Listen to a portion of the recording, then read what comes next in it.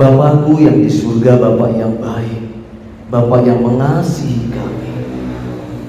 Kalau pada kesempatan di siang yang indah ini kami boleh ada di tengah-tengah pertemuan anak-anak-Mu, semata-mata kami datang, kami ingin belajar untuk mengerti kehendak-Mu, supaya keberadaan kami di tengah-tengah dunia ini, kami selalu merindukan rumah Bapa di surga. Dan supaya kami di sisa hidup yang Tuhan izinkan kami nikmati dapat kami pergunakan dengan sebaik-baiknya, supaya di sisa hidup kami boleh persiapkan diri untuk menjadi pribadi yang berkenan di hadapan-Mu. Oleh sebab itu kami membutuhkan kebenaran firman-Mu, karena kami tahu kebenaran firman-Mu itulah yang menjadi kekuatan dan pegangan kami untuk kami melangkah di tengah-tengah kehidupan yang penuh dengan persoalan dan masalah ini. Oleh sebab itu Bapakku yang baik, ajar kami mengerti kebenaran-Mu, supaya kebenaran-Mu dapat memerdekakan kami.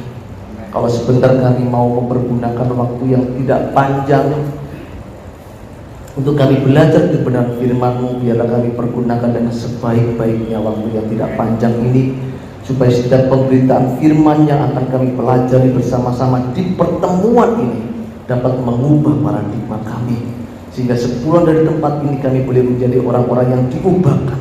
Kami boleh menjadi pribadi-pribadi yang selalu menyenangkan hati Bapa di surga. Dan sepulang dari tempat ini kami semuanya, tidak ada satupun yang terlewatkan, kami semua menjadi pelaku-pelaku firman. Hamba-Mu yang sebentar akan menyampaikan kebenaran firman-Mu di tengah-tengah pertemuan anak-anak-Mu pada pagi menjelang siang ini, biar Bapak sendiri yang mengurangi hamba-Mu. Persiapan yang sudah hamba-Mu lakukan, biar Bapak sendiri yang memperlengkapi, sehingga setiap perkataan yang keluar dari perkataan hamba-Mu semua berasal dari isi hati Bapa di surga, sehingga tidak ada satupun perkataan yang keluar dari bibir hamba-Mu berasal dari iman manusia. Kami siap untuk belajar bersama-sama. Diberkatilah kami semuanya dalam nama Tuhan Yesus Kristus kami alaskan doa ini. Amin. Baik, silakan Bapak Ibu duduk. Puji Tuhan Bapak Ibu, pada kesempatan ini tema pembelajaran kita, saya memberikan satu judul, tanggalkan hidup yang lama. Latar belakang mengapa saya mengangkat tema ini itu dikarenakan kemusafiran saya, pengembaraan saya di dalam lingkup kekristenan Bapak Ibu. Selain saya mengembara di banyak keyakinan, mengembara di banyak agama yang ada di negeri kita, saya juga melakukan pengembaraan di banyak sinode-sinode gereja yang ada di Indonesia ini Bapak Ibu. Saya melihat begitu banyak komunitas Kristen di mana kekristenan yang dikenakan oleh sebagian besar orang Kristen membuat saya menjadi pilu dan frustasi Bapak Ibu. Bagaimana tidak? Saya melihat sesama orang Kristen saling berdebat sampai tega saling melukai sesama Kristen. Yang membuat saya menjadi pilu dan frustasi itu ketika perdebatan panjang yang saling melukai itu diupload di media sosial Bapak Ibu, sehingga mencoreng wajah kekristenan. Ini kalau saya boleh mengatakan itu, saya nangisnya bukan nangis tersengguh-sengguh, saya nangisnya itu gulung-gulung Bapak Ibu, sedih banget gitu ya. Bukan hanya itu Bapak Ibu, saya melihat juga banyak orang Kristen yang sulit berubah. Sudah sekian lama menjadi orang Kristen, toh juga nggak berubah-berubah. Yang suka bohong masih terus bohong, yang suka ngentit masih suka ngentit, yang suka lihat video porno masih lihat video porno. Tapi pelayanan jalan terus, ke gereja jalan terus, tapi tipu sana, tipu sini juga jalan Bapak Ibu. Stres nggak Bapak Ibu? Stres. Terus ditambah lagi dengan, karena saya juga terlibat di dalam lingkup kependetaan dan saya juga banyak masuk di dalam lini-lini sinode-sinode selain sinode saya melihat banyak sekali pelayan-pelayan Tuhan yang tidak bersedia untuk mengenakan kebenaran seperti yang Alkitab nyatakan Bapak Ibu. Tidak jujur dengan kebenaran, sehingga mereka menyimpangkan kebenaran-kebenaran untuk meraup keuntungan pribadi. Sehingga saya melihat banyak sekali jemaat Tuhan yang terluka oleh para pelayan-pelayan Tuhan. Sehingga tidak dapat disangkal, saya menemukan banyak sekali jemaat Tuhan yang meninggalkan kekristenan karena sakit hati dengan para pelayan Tuhan. Inilah yang membuat saya menjadi frustasi, saya menjadi sedih dan entah harus bicara apa. Makanya saya rindu untuk menyampaikan kebenaran ini, tanggalkan hidup lama. Ternyata Bapak Ibu, realitas ini yang baru saya sampaikan, ini adalah realitas yang tidak dapat dibantah Bapak Ibu. Kita dapat melihat dalam kehidupan kekristenan begitu banyak, Bapak Ibu pasti melihat, sama dengan saya pasti melihat, banyak orang yang kelihatannya rohani, ya, banyak orang yang kelihatan dewasa, kelihatannya luar biasa, tetapi ketika menghadapi masalah hidup, mereka gugur, mereka jatuh. Bapak Ibu pasti pernah melihat pemandangan itu, bukan? Ya kan? Ini kan sebuah realitas yang tidak dapat dibantah, Bapak Ibu. Makanya kita harus menyadari hal ini. Mengapa Pak demikian?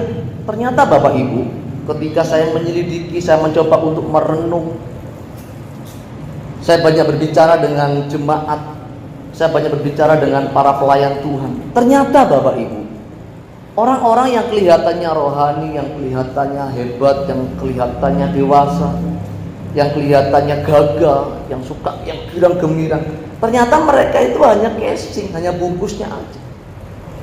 Bungkusnya kelihatan baru, tetapi sebenarnya di dalamnya rapuh. Di dalamnya itu masih mengenakan hidup lama. Manusia lama itu masih dikenakan. Jadi yang di dalam itu masih lama, cuma dibungkus dengan yang baru luarnya, sehingga kelihatan rohani. Makanya tidak heran setelah pandemi ini kan banyak tiba-tiba muncul pendeta baru-baru di YouTube kan. Ya. Saya tidak mengatakan salah, kita boleh untuk menyampaikan kebenaran, tetapi kalau tidak didasari dengan pembelajaran, kan tidak ada orang tiba-tiba pinter, ya, setuju ya? Tidak ada orang tiba-tiba pinter kan? Tidak ada orang pinter tanpa guru, ya, setuju ya? Setuju ya? Setuju Pak ya? Tidak ada orang pinter tanpa guru. Kalau tiba-tiba orang muncul kemudian bisa ada di YouTube dan itu bisa diakses oleh semua orang. Hari ini orang sudah untuk onsite ibadah offline begini, onsite dulu begini kan sudah wega ya. Wega itu bahasa Inggrisnya ya. Sudah lebih nyaman di YouTube lah. Satu, nggak ada liturginya. Kedua, nggak kasih persembahan. Yang ketiga, nggak pakai mandi. Tinggal taruh handphone, bisa pilih pendeta yang disukai. Bapak Ibu, ini akan merusak sebetulnya. Kalau kita melihat pendeta membicara dari casingnya, ini berbahaya Bapak Ibu. Makanya untuk bisa menemukan seorang pembicara yang memiliki integritas, kita harus ketemu fisik. Kenapa begitu Pak? Kita itu bisa melihat seseorang itu benar dan tidak dari apanya Bapak Ibu? Dari buah. Kalau berbicara seperti saya ini kan mudah. Sekolah Alkitab 4 tahun pasti bisa khotbah. Setuju? Yang paling susah apanya Bapak Ibu? Melakukannya. Setuju ya? Jadi untuk melakukan apa yang dibicarakan, apa yang disampaikan, itu yang perlu dipergumulkan. Untuk berbicara itu mudah sekali Bapak Ibu. Tetapi untuk mempraktekkan dengan kehidupan nyata, itu butuh perjuangan, itu butuh keseriusan, itu butuh komitmen, butuh kesadaran bahwa dia benar-benar mengenal Tuhan. Orang mengenal Tuhan dan orang tidak mengenal Tuhan dilihat dari hidupnya, dari buahnya, bagaimana keluarganya, bagaimana anak-anaknya, bagaimana kehidupan kesehariannya, bagaimana dengan tetangganya. Itu penting. Kalau sampai tetangga aja nggak suka dengan kita, kemudian kita khotbah, coba bayangkan. Kalau keluarganya sendiri aja nggak benar, kemudian khotbahi orang lain, coba bayangkan. Paham Bapak Ibu ya? Makanya Bapak Ibu, saya melihat banyak sekali orang Kristen itu kelihatan hebat, itu ternyata hanya bungkusnya Bapak Ibu. Orang-orang seperti ini Bapak Ibu adalah orang-orang yang tidak bersedia meninggalkan hidup lamanya. Makanya saya pastikan begini, orang Kristen sekalipun dia pelayan Tuhan, kalau dia tidak bersedia menanggalkan hidup lamanya, saya pastikan dia tidak akan pernah dapat menjadi manusia baru seperti apa yang diharapkan oleh Bapa di surga. Boleh hebat, makanya kalau Bapak Ibu hanya dengar khotbah, lihat pendetanya hebat dan kagum dengan khotbahnya, Bapak Ibu berhenti di situ, terkunci di situ, Bapak Ibu tidak akan bisa berbuat. Makanya saya sering kali bicara dengan teman-teman, kalau cari pendeta itu cari pendeta yang satu nggak mata duitan, yang nggak terikat dengan dunia. Benar. Kalau sampai terikat dengan itu, jemaat terkunci di situ, maka pengajarannya pasti duniawi. Cari pendeta yang benar, cari gereja yang benar. Pak, apakah gereja semua nggak benar? Enggak, saya bilang. Cari hamba Tuhan yang benar, jangan cuma casing. Setuju Bapak Ibu ya? Makanya kalau orang Kristen itu tidak menanggalkan hidup lamanya, mereka tidak akan dapat menjadi manusia yang baru.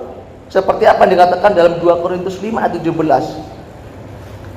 Mengatakan begini, jadi siapa yang ada di dalam Kristus, ia adalah ciptaan baru. Yang lama sudah berlalu, sesungguhnya yang baru sudah datang. Jadi barang siapa yang ada di dalam Kristus, berarti dia adalah ciptaan yang baru. Amin Bapak Ibu. Barang siapa yang ada di dalam Kristus, dia adalah ciptaan yang baru. Di sini kita harus tahu Bapak Ibu, di dalam Kristus itu maksudnya apa? Di dalam Kristus itu bukan berarti hanya beragama Kristen Bapak Ibu. Setuju? Di dalam Kristus itu berarti hidup seperti Kristus. Hidup. Coba buka di dalam 1 Yohanes 2 yang ke-6. 1 Yohanes 2 yang ke-6. Barang siapa mengatakan bahwa ia ada di dalam dia, ia wajib hidup. Ia wajib hidup. Sama-sama. Ia wajib hidup sama seperti Kristus telah. Jadi hidup di dalam Kristus itu berarti hidup sama seperti Kristus telah hidup, Bapak Ibu. Jadi kebenaran ini di dalam 1 Yohanes 2 ayat yang ke-6 ini, kebenaran ini itu sama persis dengan arti kata Kristen. Kristen itu dalam bahasa aslinya itu adalah Kristianos, seperti Kristus. Oke? Jadi kalau seseorang mengatakan aku di dalam dia, aku di dalam Kristen, maka hukumnya wajib, bukan sunnah. Hukumnya wajib, tidak bisa ditawar. Bapak, Ibu, dan saya harus mengenakan gaya hidup Kristus dalam kehidupan kita. Setiap detik, bukan setiap hari, terlalu panjang waktunya. Setiap detik-detik hidup kita harus mengenakan hidupnya Tuhan dalam diri kita. Makanya berbicara Kristen itu harus seperti Kristus, Bapak Ibu. Jadi orang-orang yang ada di dalam gereja yang tidak bersedia menanggalkan hidup lamanya, maka dapat dipastikan tidak akan dapat menjadi manusia baru. Mereka hanya beragama Kristen. Mereka bukan orang Kristen. Mereka hanya suka berliturgi, berseremonial. Ibadah pertama itu harus lagu nyembah dulu. Kalau nggak nyembah dulu, rasanya kurang marem. Ya. Harus 2-3 lagu praise. Setelah itu lagu nyembah lagi. Terus firman Tuhan. Habis firman Tuhan, nanti tutupannya doa berkat. Berliturgi itu suka banget. Kalau sampai menyalahi liturgi, ditegur. Salah kamu, gak begitu. Jadi orang-orang beragama Kristen itu orang yang suka berliturgi, Bapak Ibu.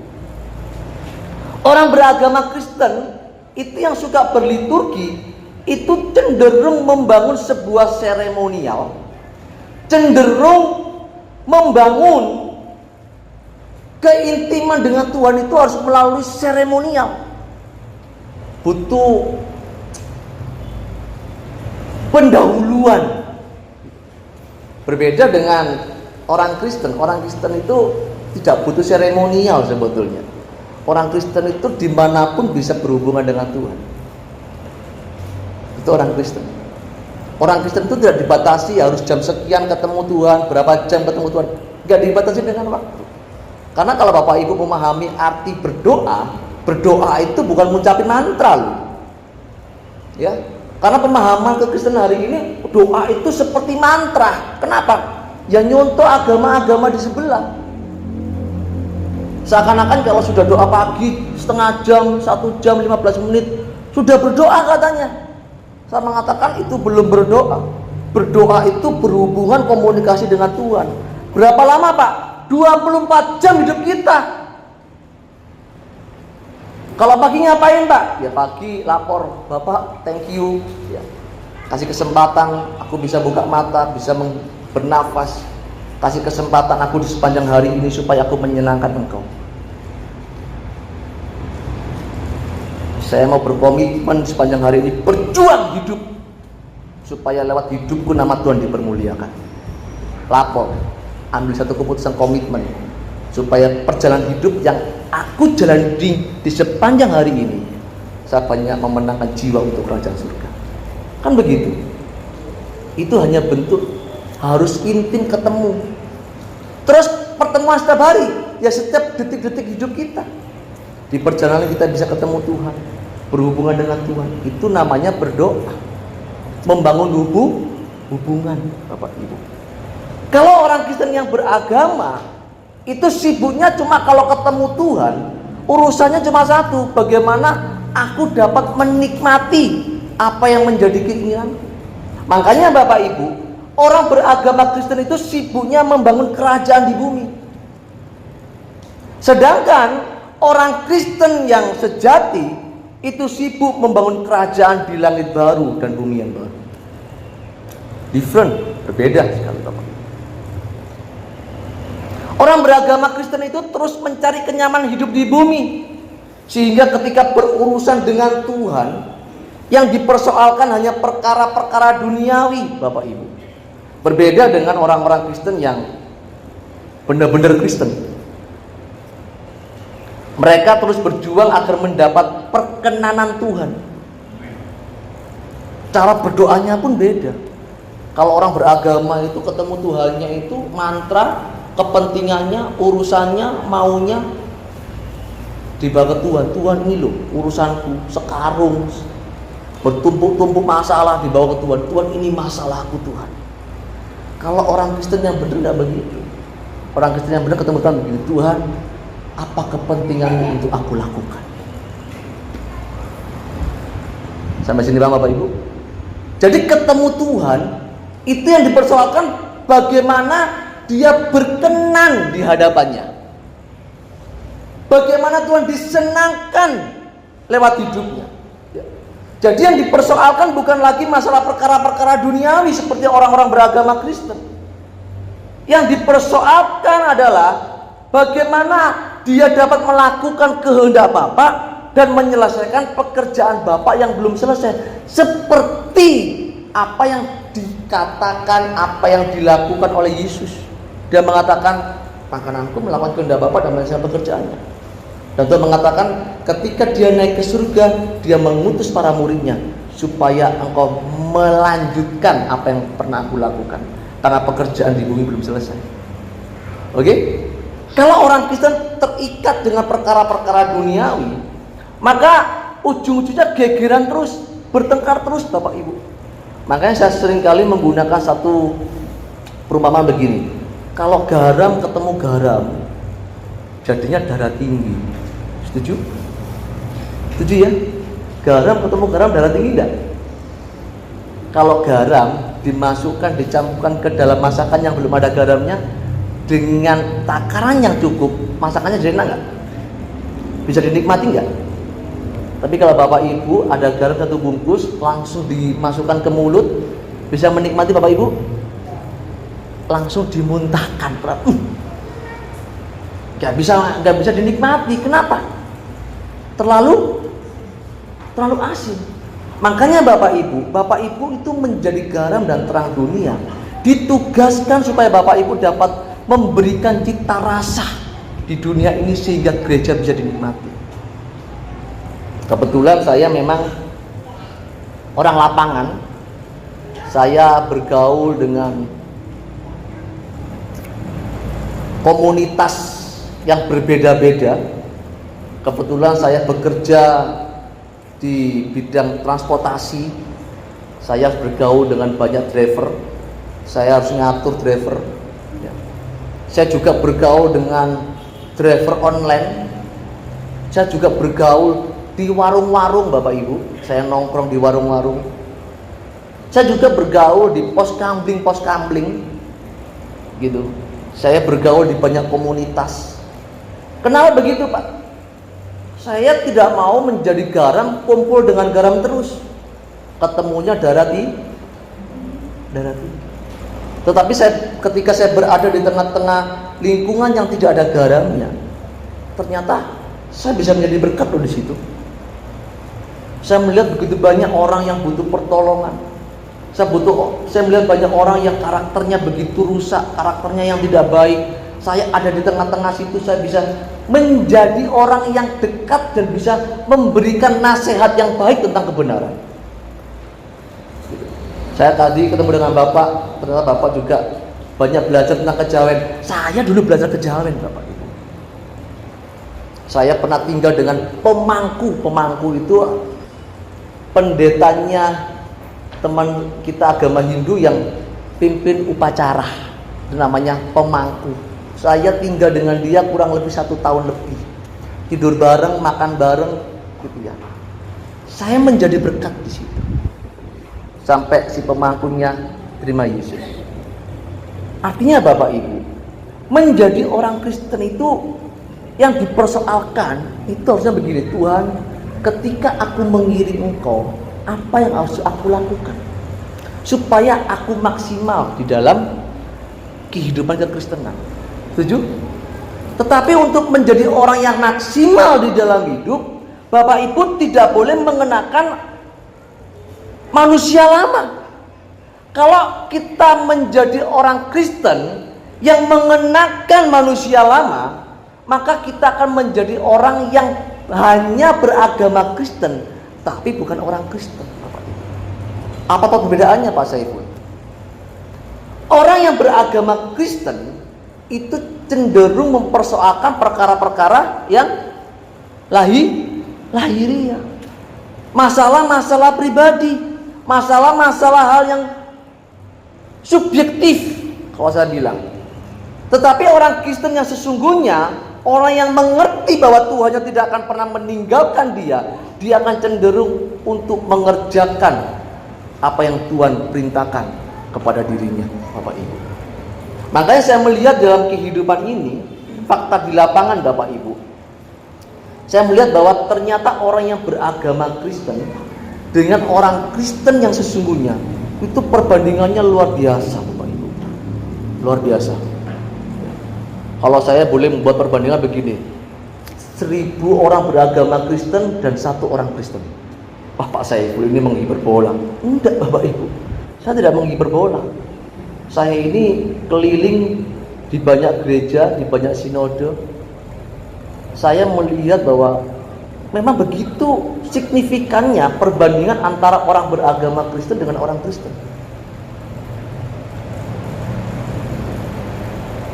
Rata-rata ketika saya tanya kepada orang Kristen, ketika mereka datang ke gereja, mereka punya tujuan apa?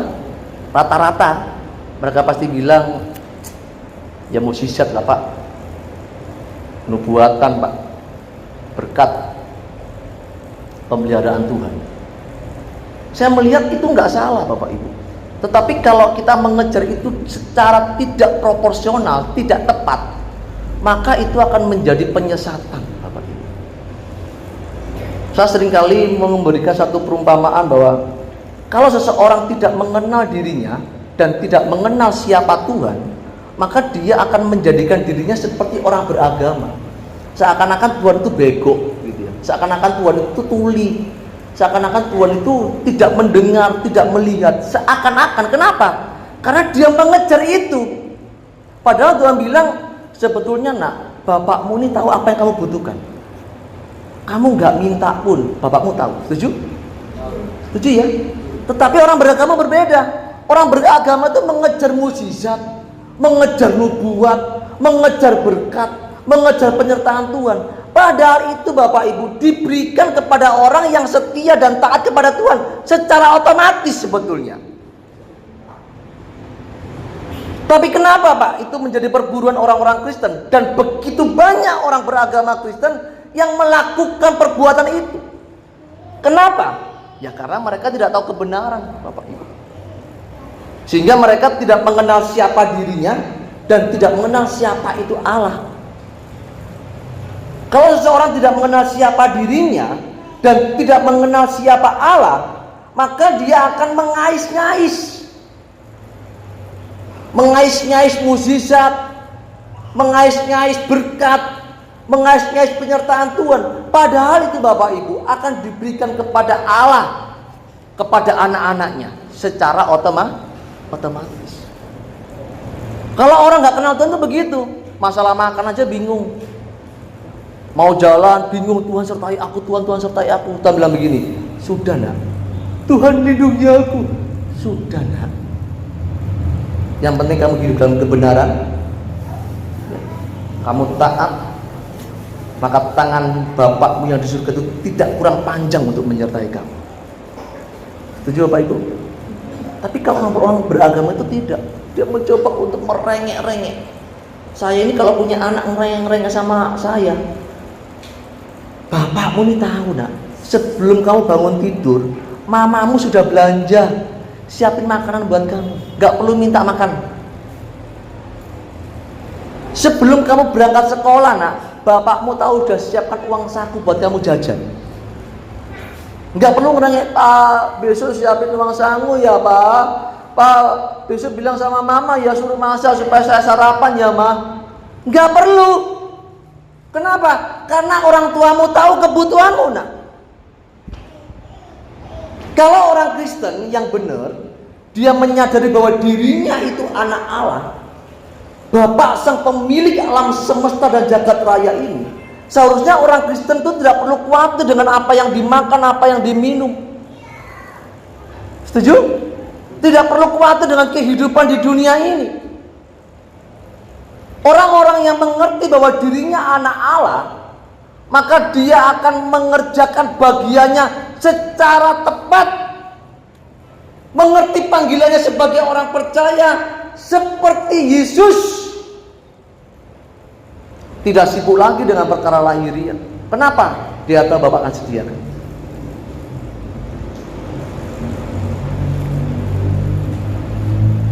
Ini pergumulan saya Bapak Ibu. Saya terus berjuang untuk meluruskan semua itu. Kenapa Pak? Ya karena banyak orang bilang begini, Pak Saiful tuh nggak percaya mukjizat. Pak Saiful nggak percaya nubuatan. Saya ini percaya dengan mukjizat dan nubuatan. Alkitab mencatat ada nubuatan, Alkitab mencatat ada mukjizat. saya percaya kebenaran, Bapak Ibu. Cuma yang menjadi persoalan saya begini, jika sampai ada yang bernubuat, berarti harus membangun dong. Setuju? Nubuatan itu harus membangun. Kalau nubuatan dibuat-buat, misalnya begini ini, saya terima suara Tuhan, tiba-tiba ini ada orang di sana kemarin pagi sedang berbuat zina, jam sekian. Tuhan suruh saya tegur. Nubuatan enggak?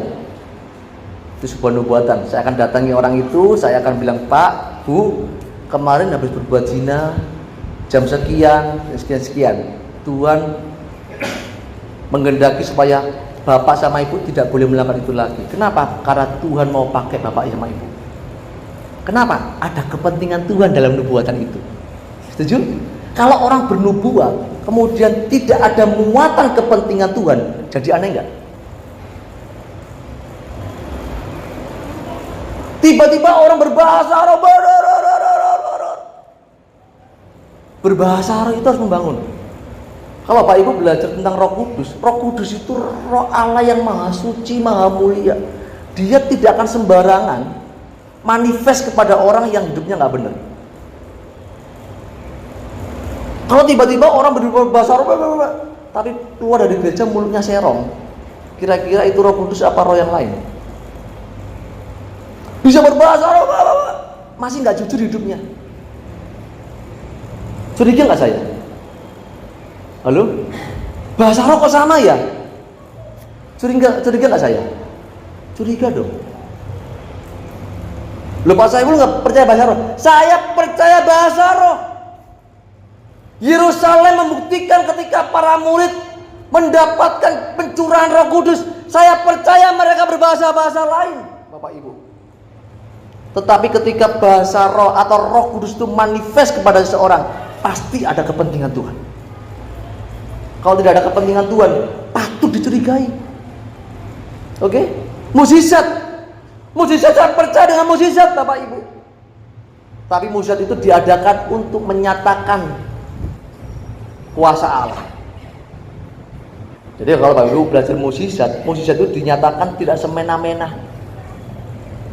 Makanya saya ini mencoba untuk bertanggung jawab dan meluruskan semuanya itu supaya kita semua dapat proporsional, dengan tepat, dengan benar, dengan seimbang, menjadi orang Kristen yang tahu dirinya, mengenal dirinya, dan mengenal siapa itu Allah, supaya kekristenan kita itu menjadi kekristenan yang berkualitas, kekristenan yang dikehendaki oleh Allah, Bapak Ibu. Sehingga ketika kita berurusan dengan Tuhan, yang kita persoalkan bukan lagi perkara-perkara jasmani yang tidak membawa kepada kekekalan. Bapak Ibu datang ke gereja tujuannya apa? Belajar mengerti kebenaran. Supaya setelah kita mengerti kebenaran, sepulang dari pintu gereja ini, Bapak Ibu mempraktekkan kebenaran itu. Supaya lewat kehidupan Bapak Ibu, mereka melihat Tuhan dan mereka diselamatkan. Loh, kalau Bapak Ibu datang ke gereja kemudian hanya berliturgi, hanya melakukan seremonial, Bapak Ibu pulang dari gereja ini, dari tempat pertemuan ini, Bapak Ibu tidak berubah, kan sia-sia. Setuju? Saya ini melihat agama yang paling banyak keluarin dana itu agama Kristen, Bapak Ibu. Agama di luar sana itu tidak seberapa menekankan pengorbanan seperti orang Kristen. Orang Kristen itu kalau ibadah jauh-jauh, rata-rata jauh-jauh. Kalau agama lain itu jalan kaki sampai ke tempat ibadahnya. Setuju? Orang Kristen itu minimal ya 1 kilo 2 kilo lah. Belum lagi di dalam gereja masih disodori persembahan. Setuju? Belum lagi persembahan, perpuluhan lagi. Belum lagi tantangan iman. Dan banyak hal dana-dana. Artinya ada pengorbanan lebih kalau kita masuk gereja. Itu artinya Bapak Ibu, kalau Bapak Ibu pulang tidak berubah, sia-sia pengorbanan kita.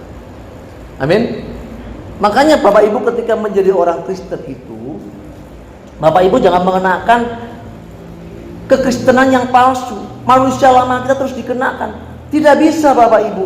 Bapak Ibu harus menanggalkan manusia lamanya, harus menanggalkan kehidupan lama kita, Bapak Ibu.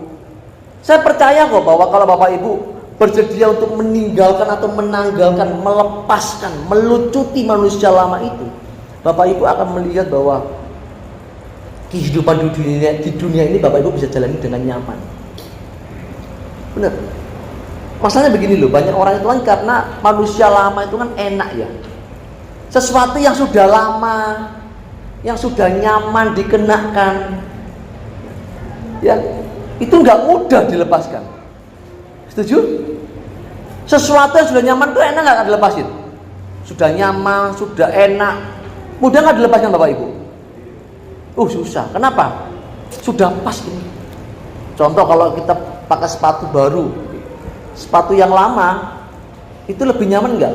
Sudah pas. Sepatu baru bisa lecet, butuh adaptasi gitu. Seperti anak kecil itu kalau punya boneka, ini seringkali jadi perumpamaan. Seseorang anak kecil suka boneka, sekalipun sudah utel, sudah lusuh, itu kalau sudah dicintai, dikasih yang baru bisa marah. Paham ya? Makanya Bapak Ibu, saya menyadari bahwa untuk menggantikan yang sudah nyaman, yang lama, itu nggak mudah Bapak Ibu. Makanya dibutuhkan kesadaran akan kebenaran Bapak Ibu. Dibutuhkan satu tekad yang bulat untuk berjuang dengan sungguh-sungguh menanggalkan manusia lama kita. Jika tidak Bapak Ibu, maka kekristenan yang kita kenakan itu adalah kekristenan yang palsu. Boleh kita menjadi seorang aktivis, boleh kita menjadi pendeta, boleh menjadi pelayan Tuhan. Tapi kalau manusia lamanya itu hanya dibungkus dengan jabatan, dibungkus dengan kegiatan, kesibukan berliturgi beragama, maka manusia lama ini akan menjadi kebusukan yang nantinya itu akan menjadi batu sandungan bagi orang lain, akan menjadi batu sandungan bagi orang-orang percaya. Ini kan tidak bisa dibantah. Banyak orang Kristen pendeta yang jatuh, jemaahnya sudah banyak, tersakiti loh. Itu membuat saya, kenapa begitu? Ya karena sebetulnya dia itu masih mengenakan manusia lamanya, yang nggak mau dilepasin. Cinta dunianya itu masih getol, ingin nyaman di dunianya itu masih kuat.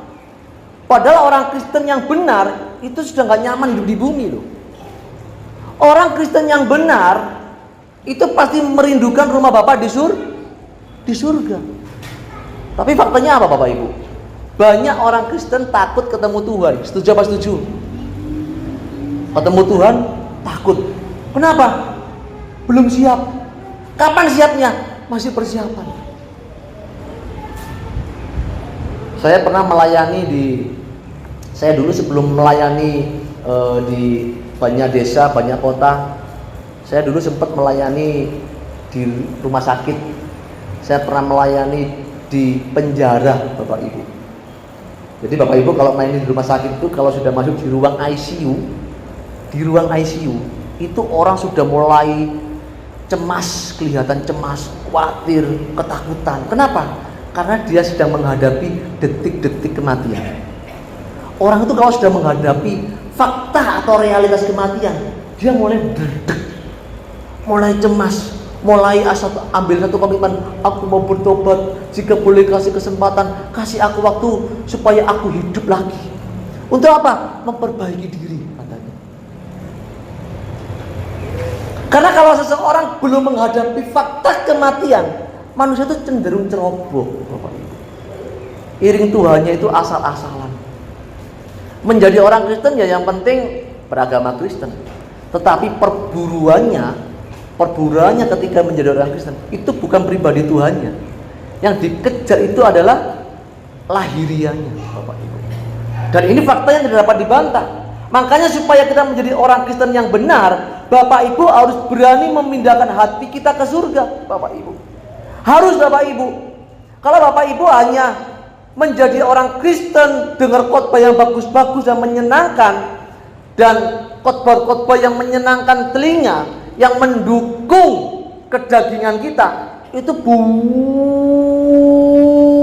banyak sekali orang Kristen yang begitu. Tapi kalau dengar khotbah harus menanggalkan segala sesuatu. Iring Tuhan, tidak boleh punya keinginan yang lain selain Tuhan. Menjadi orang Kristen tidak boleh punya kesukaan selain Tuhan. Hilang. Loh bener loh. Wah, ini pendeta ini ngajarinya terlalu frustasi ini pendetanya ini. Masa tidak boleh menikmati dunia? Bapak Ibu tidak boleh menikmati dunia. Bapak Ibu hanya boleh menikmati Tuhan. Oke? Terus gimana Pak? Berarti kita nggak boleh punya duit.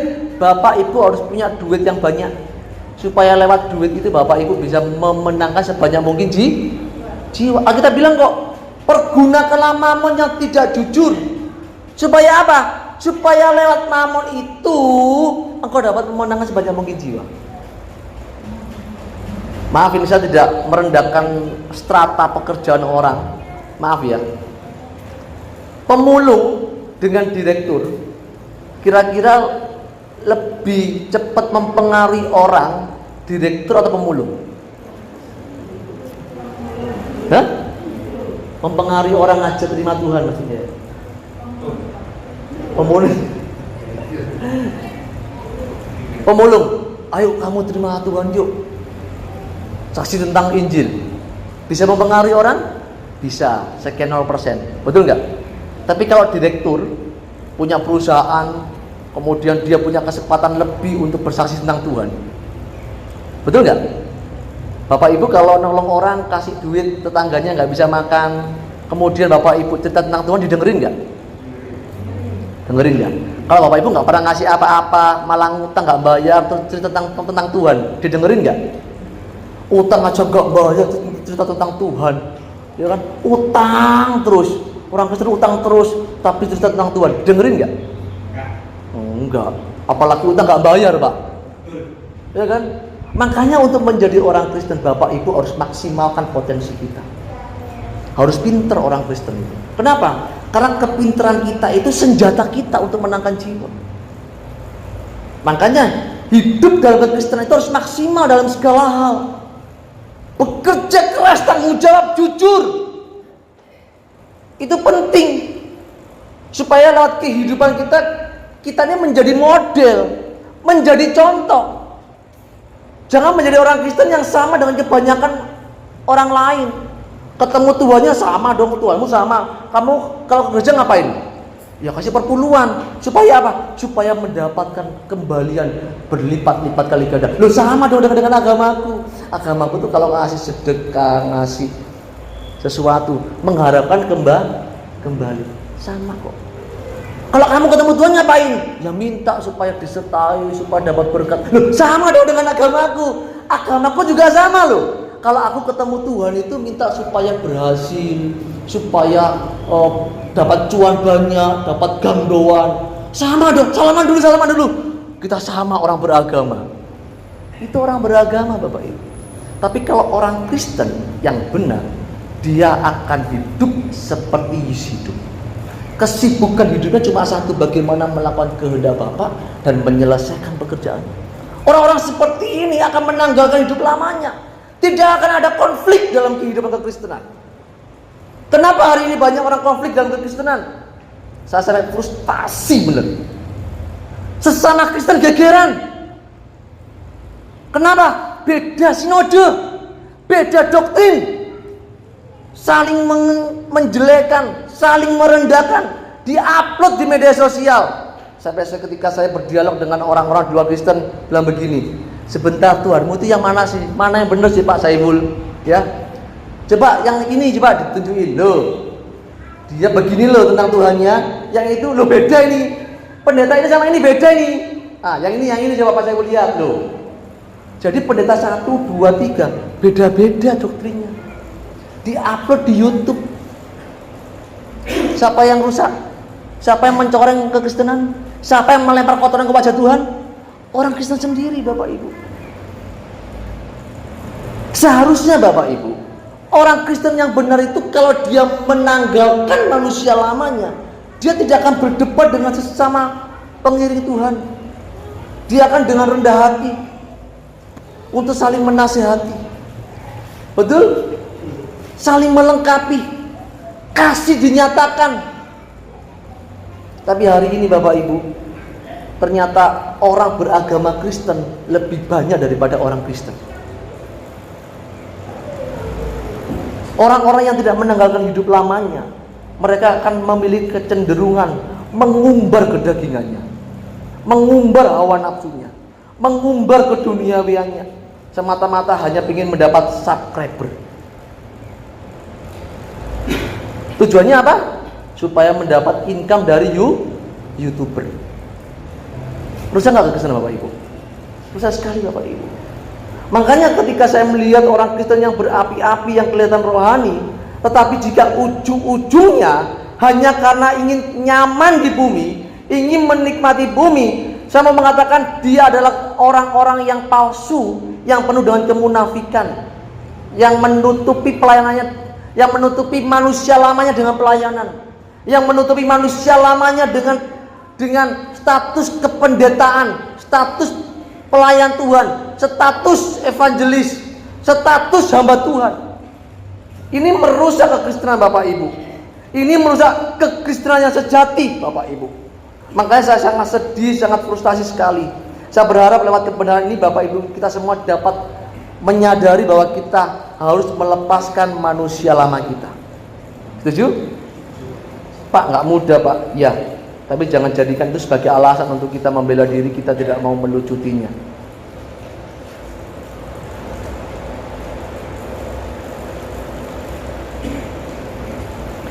Manusia lama itu sama dengan cara hidup duniawi Bapak Ibu.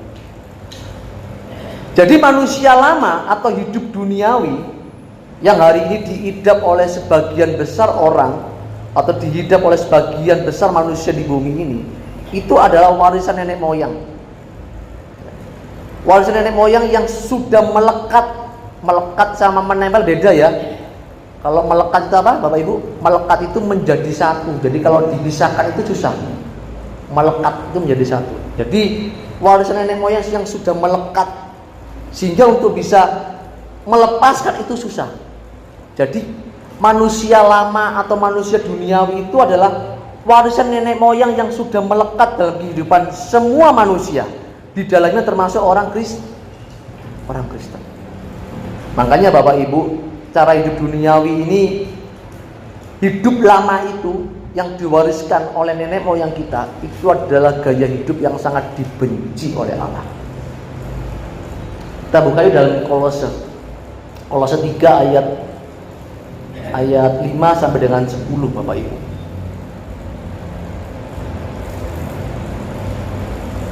Alkitab dengan tegas mengatakan agar kita matikan cara hidup ini, kita tanggalkan gaya hidup ini, supaya kita dapat mengenakan manusia baru Bapak Ibu. Kolose 3 ayat 5 sampai 10. Saya akan bacakan ya. Karena itu matikanlah dalam dirimu segala sesuatu yang duniawi, yaitu percabulan, kenajisan hawa nafsu, nafsu jahat, dan juga keserakahan yang sama dengan penyembahan berhala. Yang keenam, supaya semuanya itu mendatangkan murka Allah. Jadi manusia duniawi itu dibenci oleh Allah Bapak Ibu. Ayat yang ketujuh, dahulu kamu juga melakukan hal-hal itu ketika kamu hidup di dalamnya. Tetapi sekarang buanglah, lucuti, tanggalkan semuanya itu, yaitu marah, geram, kejahatan, fitnah, dan lain sebagainya Bapak Ibu. Terus selanjutnya ayat yang ke-10 maaf ayat 9 ya. Dan lagi kamu saling mendusta karena kamu telah menanggalkan manusia lama serta kelakuannya, dan telah mengenakan manusia baru yang terus-menerus diperbarui untuk memperoleh pengetahuan yang benar menurut gambar kaliknya Bapak Ibu. Jadi supaya kita ini dapat mengenakan manusia baru, maka mau tidak mau Bapak Ibu harus tahu, mengetahui pengetahuan yang benar. Kalau orang tidak tahu yang benar, bisa disesatkan enggak? Mudah disesatkan enggak? kalau tidak tahu yang benar? Halo? Mudah. Kenapa? Karena tidak tahu yang benar. Kalau orang sudah tahu yang benar, kira-kira mudah disesatkan enggak? Enggak. Makanya Bapak Ibu, kalau orang Kristen tidak mengenal kebenaran, maka dia akan mudah disimpangkan. Dan orang-orang yang tidak mengenal kebenaran inilah yang cenderung melakukan kericuan di dalam kekristenan.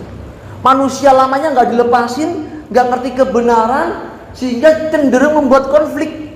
Makanya hari ini Bapak Ibu, kekristenan hari ini itu ada di dalam kondisi yang memprihatinkan. Kenapa? Karena dunia semakin maju. Setuju? Orang bisa mengupload, bisa mencari informasi di YouTube itu bebas Bapak Ibu. Saya melihat pendeta ini khotbahnya kok begini ya. Oh, ternyata ambil dari YouTube. Ambil dari Google ternyata khotbahnya. Gitu.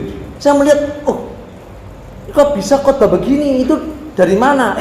Ternyata dia cuma upload aja, comot-comot dari Google. Kan ngeri kan? Makanya Bapak Ibu sebagai orang Kristen itu mau tidak mau, Bapak Ibu harus mengetahui kebenaran supaya Bapak Ibu menjadi orang Kristen yang dapat mengubah orang lain. Kekristenan yang benar itu dapat mengubah orang lain seperti dirinya ketika diubah oleh kebenaran. Amin. Kalau Bapak Ibu menjadi orang Kristen tapi tidak pernah mengubah orang lain, kekristenan kita patut dipertanyakan. Sampai sini Bapak Ibu paham? Paham? Makanya besok kalau Bapak Ibu ketemu Tuhan, yang ditanya itu bukan begini, apa agamamu? Enggak begitu. Enggak, tidak ditanya begini, siapa nabimu? Enggak ditanya begitu. Kalau agama-agama di luar sana begitu. Kalau besok kalau kau mati ditanya sama Tuhanmu, apa agamamu? Siapa nabimu? Apa kitabmu? Enggak begitu.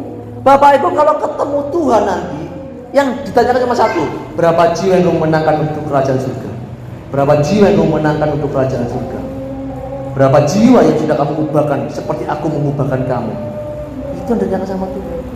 Makanya Bapak Ibu, kekristenan kita itu harus benar-benar berdiri dari kebenaran secara lengkap, supaya dengan kebenaran itu Bapak Ibu, kita benar-benar menjadi orang Kristen yang benar-benar Kristen, yang bersedia menanggalkan manusia lama kita, sehingga kita boleh menjadi orang-orang Kristen yang mengenakan manusia baru, yang benar-benar menjadi orang yang diubahkan oleh Tuhan. Karena kalau kita belum diubahkan, belum menjadi orang yang dibenarkan, maka mustahil Bapak Ibu bisa mengubah orang lain. Orang bodoh tidak akan bisa mengubah orang jadi pintar. Setuju? Tapi kalau orang pintar pasti bisa membuat orang lain jadi pintar. Sampai sini paham? Orang benar itu akan bisa mengubah orang lain menjadi benar. Orang yang sudah diselamatkan, saya pastikan dapat membawa orang lain juga bisa diselamatkan. Kalau orang hidupnya belum diubahkan, maka saya pastikan orang-orang seperti ini tidak akan pernah bisa mengubah orang lain. Kalau Bapak Ibu belum pasti menjadi orang diselamatkan, maka Bapak Ibu saya pastikan belum bisa membawa orang pada keselamatan. Makanya supaya kita menjadi pribadi seperti apa yang dikehendaki oleh Allah, yaitu menjadi ciptaan yang baru, menjadi manusia yang baru, maka mau tidak mau Bapak Ibu harus menanggalkan manusia lama. Oke? Copotin satu persatu. Manusia lama kita itu memiliki kecenderungan itu membawa kita kepada perkara-perkara duniawi, pasti. Tetapi orang-orang yang sudah diubahkan, fokusnya itu bukan lagi ke duniawi, fokusnya itu ke kerajaan surga. Orang-orang yang masih mengenakan manusia lama, cenderungnya itu melayani itu cuan, tujuannya melayani itu keuntung, tujuannya melayani itu lahiriah.